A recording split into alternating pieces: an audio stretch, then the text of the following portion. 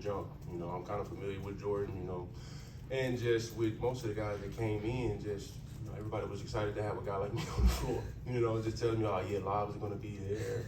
We're going to send the defense to you so you can block all the shots, you know, the usual. But I'm really excited. You know, I can't wait for the season because at the end of the day, we got a lot of great pieces here. And with just like the front office and stuff, I mean, sky's the limit for everybody. Everybody's doing their job. Everybody's really locked in to player development. Everybody's just really locked in to just make, you know, the organization better at the end of the day. So we're just taking it one step at a time.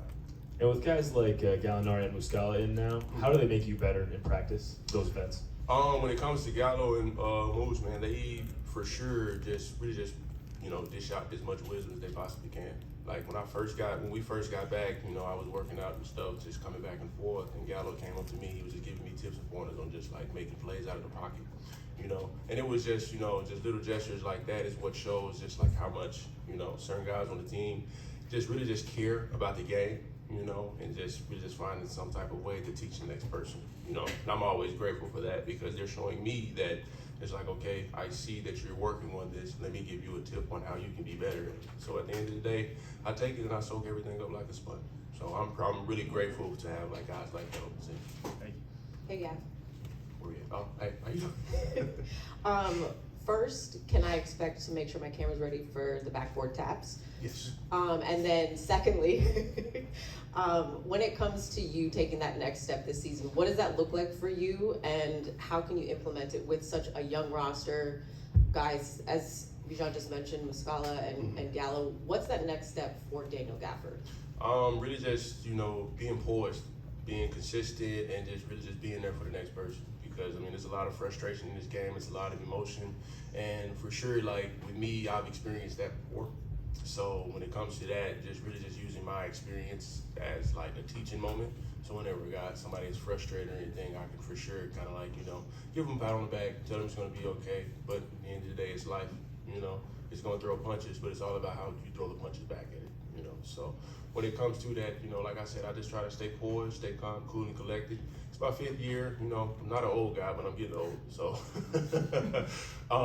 just really just taking it one day at a time and just having a lot of patience with it. That's the main thing. And really, when it comes to that, just teaching patience, that really helps mentally too. So. Hey, Gaff. Happy belated birthday. Thank you. Thank you. Obviously, you had, you know, the elbow issue come up. How are you feeling now? And, you know, do you think that you'll be ready, you know, near the beginning of the regular season? You know, I'm just gonna take it one day at a time. Not really too much rush it, I would say. You know, because I want to just make sure I come back at 100% for sure. You know, of course, taking a nasty fall is like something that you don't want to do every day when it comes to playing pickup, but stuff happens, you know. But at the end of the day, I ain't dead. So, you know, we are good. We are good. So, like I said, just gonna take it one day at a time.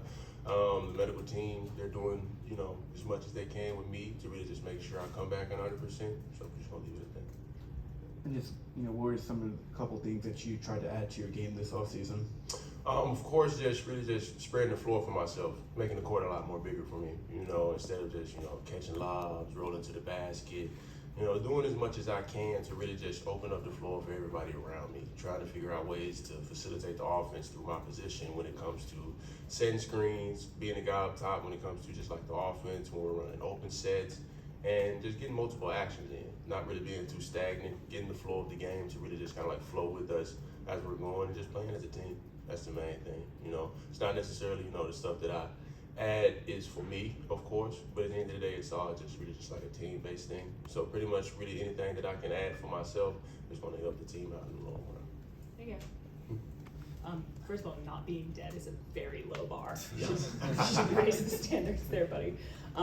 So I'm sorry, what you said it was a nasty fall that happened? It was just in the pickup game, or? Yeah, what? pretty much. You know. You've taken a lot of bumps and bruises and not had to miss 2 to 4. Did you know immediately that it was like? Initially, I didn't think so, but of course, you know, going to get all the stuff done, doctor's office and stuff, he said it's pretty sure just take your time with it. So I'm gonna do it though. So I'm gonna do what those guys say. I'm gonna take my time. I wanted to ask you about all the new new faces and obviously kind of new chapter here. Does it make any sense to you that Denny is the longest tenured anything anywhere? Say that again. I He's hit the long- table. I'm sorry. You're fine. Denny's the longest tenured Wizards player now. Yeah. Does that make sense to you at all? Yes and no. He is. You know, yeah, Denny for sure thinks he's like a real vet. I don't know why. But it does. It just feels weird. You know, it's Denny. You know, and I'm pretty sure everybody here that's kind of been around Denny, you understand that it's just Denny. But yeah, you know, like for anybody else on this team, I'm excited for him too. You know, for him being the longest one here, it's just, you know, him having that experience with him and just really having someone, a chip on his shoulder to where he can keep it around in the locker room, talk crap to the guys. Yeah, I've been the longest one here. I can do whatever, you know. Do you feel like you have a good idea about the personalities of your new teammates? Where's the chemistry level for you in terms of just having interacted with everybody on and off the court? When it comes to the chemistry, like when we came back in earlier in September and stuff, just getting up and down, whatnot, you know, the chemistry just kind of happened. You know, it's like you can tell when like there's naturally something that's going to happen. Of course, it was kind of rough maybe the first day or two, but after that, it was just like bread and butter. It was real smooth. Everything was good. The atmosphere was good. Energy was good. Everybody came in ready to work, and that's just the mentality that I felt that was needed when it was coming into this season. Just, you know, coming off the a couple of seasons that we've had, that's something that is really for sure that I feel was like the main standout point for me. Daniel, what have you learned so far about Tyus Jones? I've learned a lot. You know, real family man. Like him a lot. He's real cool. Just on the floor, real crafty with the ball, can shoot it. Nice little float game. You know, Tyus and the floater, that's like a match made in heaven. You know, me and him, we have talks a lot. Just like, you know, trying to figure out ways to get each other open, get each other shots. From the past couple of weeks that we've been getting up and down before I took this fall, of course.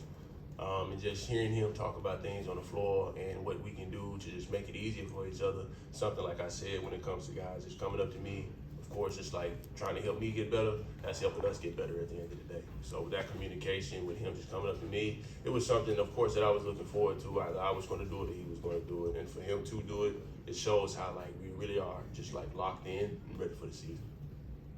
So he approached you early on, and Yeah, especially during like the pickup games and stuff. Whenever we were getting up and down, you know, there was always like some type of conversation on the side with either with me and another guy on the team or just anybody else on the team. You know, we're all locked into like the small things on the floor, and we're just trying to make it better for each other. Gaff, this is a team that's ranked bottom 10 in defensive rating the last 2 years. You know, playing for Wes, who's a defensive-minded coach, being the sole anchor this year of the defense down low. How have you guys been working on implementing changes to the defense to hopefully improve on that end? Really just being a lot more aggressive, being a lot more vocal, and just being there for each other. You know, being tied on the string. Because at the end of the day, defense is what wins games. You know, of course, unless it's a shot at the end of a shot clock or at the end of a buzzer beater. You know, but at the end of the day, just really just kind of like implementing just like that togetherness when it comes to that end of the floor, because you know, from the point guard that's up top to me down there protecting the basket, it takes everyone. It doesn't just take one person. So that's one of the main focuses that we're kind of like really just implementing in defense this year, and I'm ready for it. I know it's only a sample size, but in the pickup games prior to the elbow situation you have, what was that like to have Kuz and Poole on the floor together, and what do you foresee as a possible personality for this team tactically? I mean, from some of the things that I've seen, we really are like fast paced now. You know, I love it a lot. We're getting up and down. Like I said, the competitiveness is there. You know, we just gotta get Kuz to stop calling timeouts during pickup games. But other than that, you know, just really just seeing with just like the pieces that we have getting up and down. I mean, like I say all the time, I'm really excited for it because of just like the change of style that really has come to Washington for when it comes to the basketball side of it. And I see everybody is really just like locked in on both ends of the floor. Everybody's trying to make a stride to be better at something that they weren't better at before. And it really just stands out. It shows like how we're, like I said, locked into the player development side.